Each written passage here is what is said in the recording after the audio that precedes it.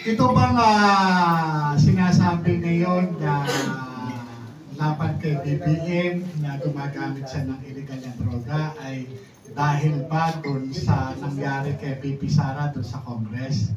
Hindi po.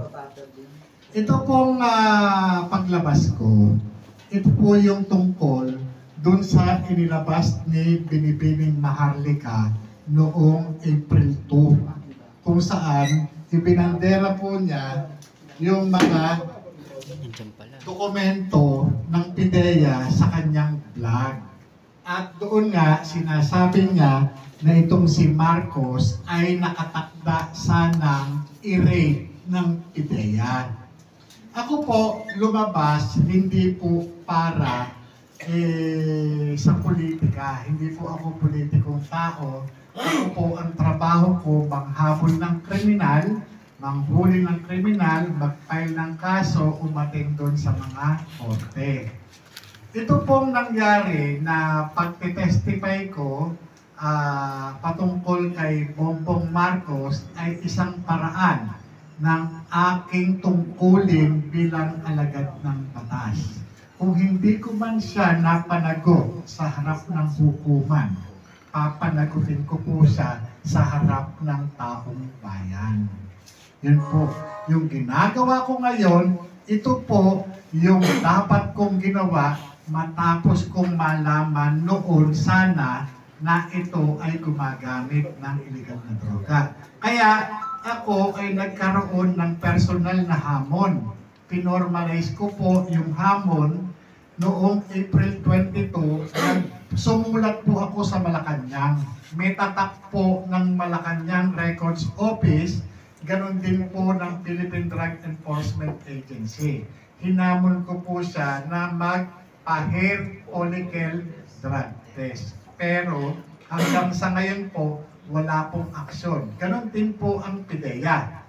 Ang PIDEA, ayon sa batas, sa Comprehensive Dangerous Drugs Act o Republic Act 9165, pangunahing tungkulin nito na papanagutin ang lahat o sino mang tao na lumabag sa kautusan ng Comprehensive Dangerous Drugs. Ito po yung gumagamit, nagbebenta, nag-aalok, nag-a-administer, lahat gumagawa, nag-import, lahat po ng klase.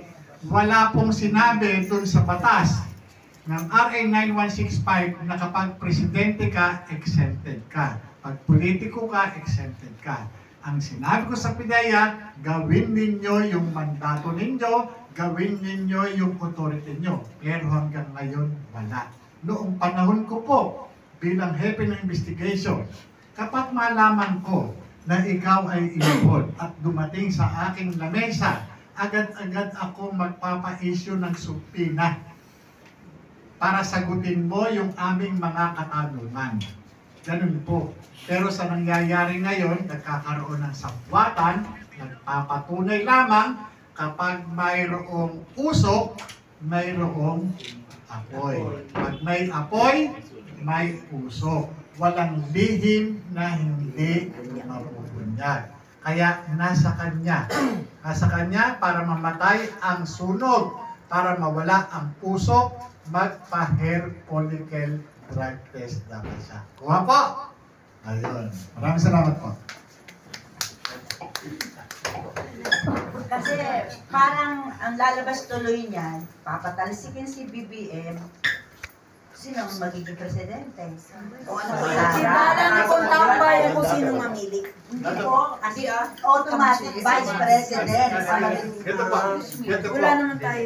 Maganda po yung tanong ni, marami po ako na-encounter na ganyan. Pagka pinalis itong si Bongbong Marcos, sino papalit? Kung sino po yung constitutional successor. Kung sino po yung constitutional successor, yun po ang papalit. The vice president. Oo.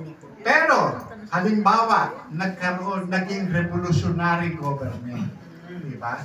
Pagka kasi naging revolutionary government, yung constitution mapapaliwanag. Mapapaliwanag. Ngayon, depende pa rin sa gusto ng taong bayan. Kung sino ang gusto nilang papalit, unang-una, meron po tayong constitutional successor. Yun po yun. Or, in the absence ni Vice President Sara, kung halimbawa, sinabi niya, ayoko na rin. Kung sino po yung next in line. Or else, merong revolutionary government. Senate President pala, Senate Sandali President. po.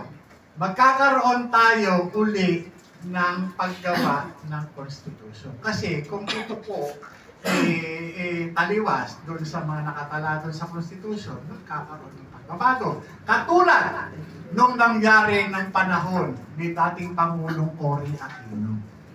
Diba? Nagkaroon ng revolutionary government.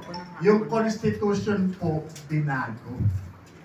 Binago po. Kaya yung mga local government units, yung mapapansin mo, yung mga probinsya, yung mga cities, municipalities, nagkaroon ng mga OIC.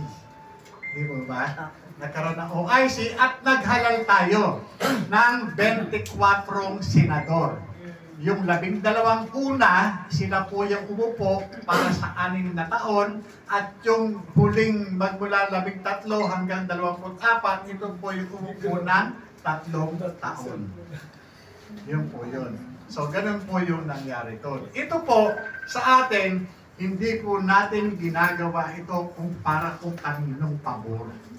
Kung ano po yung constitutional successor na mas karapat-dapat ayon sa ating umiiral na batas, ayun po ang maghari. Yun lang naman po. Ang inaano po natin dito ay yung dinidemand po natin ay yung transparency, accountability, peace and security. Dahil po doon sa nangyari, doon sa ginagawa ngayon ng kasalukuyang administrasyon, ay talagang itinatago po nila kung ano yung nangyayari sa ating bansa. Ngayon, sige, tatanggal yung mayor halimbawa, sinong papalit sa mayor? Vice Mayor. Mayor.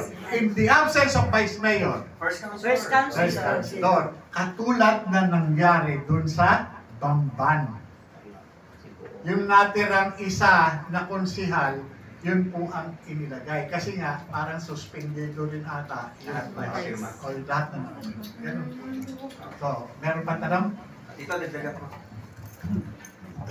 Kaya nga po mga kababayan, pansinin po ninyo, ayaw nilang maupo si Bibi Inday. Dahil alam na ho nila na mangyayari na ikakapatalsik ng administrasyong bakag yung paggamit sa droga. Ano pong ginawa? Impeachment case. They are planning. Hindi nagtagumpay yung People's Initiative na Chacha eh. Diba? Pansinin ninyo ha. Alam nilang mangyayari ito eh. Na dahil sa usaping droga, mapapatalsik si BBM. Anong ginawa ng pinsan? Gumawa ng moro-morong People's Initiative. Gustong palitan ng konstitusyon. Kasi pag ganyan po na isulong ang pagpapalit ng konstitusyon, ito ay parliamentary government, may presidente pa rin naman tayo, kaya lang puppet na lang yon. Sino ang mamumuno? Prime Minister. At base po sa struktura ng parliamentary government, it is the Speaker of the House will become the Prime Minister. Okay, tingnan po ninyo ha, hindi na isulong si Chacha. Anong ginawa? Diversionary tactics, dahil takot sila pag natanggal ang papalit si BC Inday, ang ginawa, binanatan si BC Inday. At ngayon, gusto nilang ipa-impeach. So yan po yan. So, dahil nga po tayo ay nandito sa isang demokratiko at malayang bansa, katulad ng sinabi ni Tito JM, mayroon po tayong sinusunod na tinatawag na succession. No? Presidente, Vice-Presidente, Senate President, at Speaker of the House. Kaya tignan ninyo, nakaporma din yung Speaker of the House. No? Nakaporma din yung Senate President.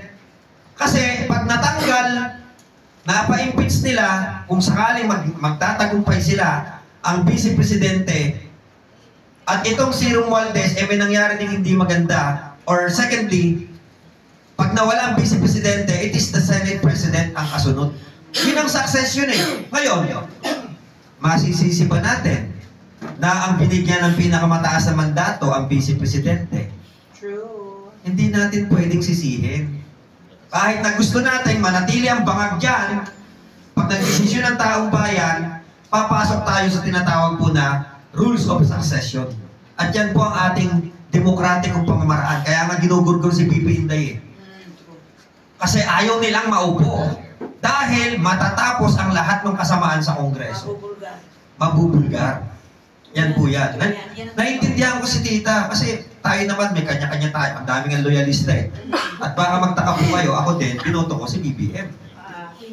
Ako po, provincial director ako ng Kilusang Bagong Lipunan sa amin, sa probinsya namin. BBM. People change. Pero, okay, kung totoo po yung sinasabi ninyong people change, why not now, especially he is the President of the Philippines? Kailan natin ihintay yung people change na yan? Pagka pinanata na tayo ng China?